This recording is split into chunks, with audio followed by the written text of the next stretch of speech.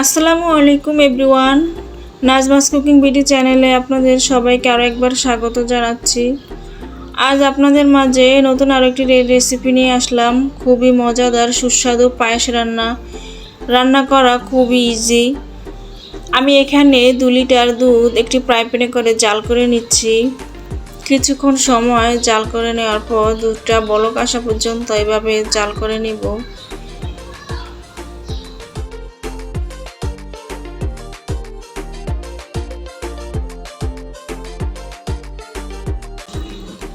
আর এদিকে আমি half cup flower চাল নিয়ে নিলাম।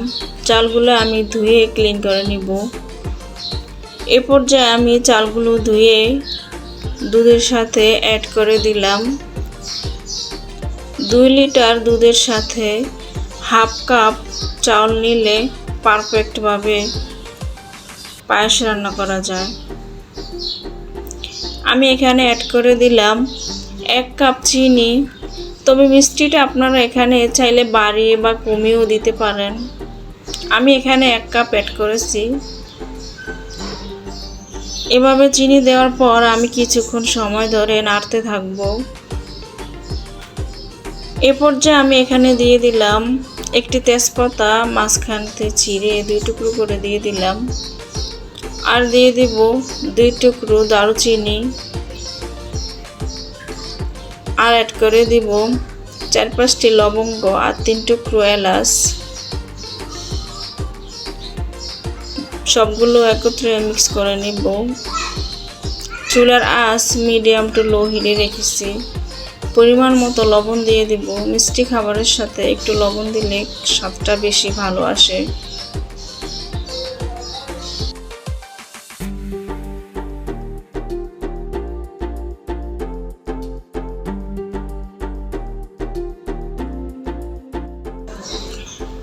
এই পর্যায়ে দুধটা অনেকটা ঘন হয়ে আসছে আর চালগুলোও মোটামুটি হাফ সিদ্ধ হয়ে আসছে। আমি একটু নেড়ে দিচ্ছি। আমি আপনাদের দেখিয়ে দিচ্ছি চালগুলো কতটা সিদ্ধ হয়েছে। চালগুলোও সিদ্ধ হবে আর দুধটাও ঘন হবে। এই প্রসেসে রান্না করলে পায়েসটি খেতে বেশ সুস্বাদু লাগে। আমি প্রায় 20 মিনিটের মতো জাল করে নিয়েছি। আমার চালগুলা ফুটে গেছে আর দুধটাও ঘন হয়ে আসছে, কালার চেঞ্জ হয়ে আসছে। এই পায়েসটি খেতে খুবই সুস্বাদু। বাসায় একবার হলেও আপনারা ট্রাই করে দেখবেন। আর আমার ভিডিওটি যদি ভালো লেগে থাকে প্লিজ একটি সাবস্ক্রাইব করে দিন, একটি লাইক দিয়ে দিন। এই পর্যায়ে আমার পায়েস রান্না কমপ্লিট। নামিয়ে নিলে আর একটু ঘন হয়ে যাবে, এজন্য একটু পাতলা থাকতেই নামিয়ে নিতে হবে। চাল দুধ একসাথে দিয়ে পায়েস রান্না করলে খেতে বেশি সুস্বাদু হয়।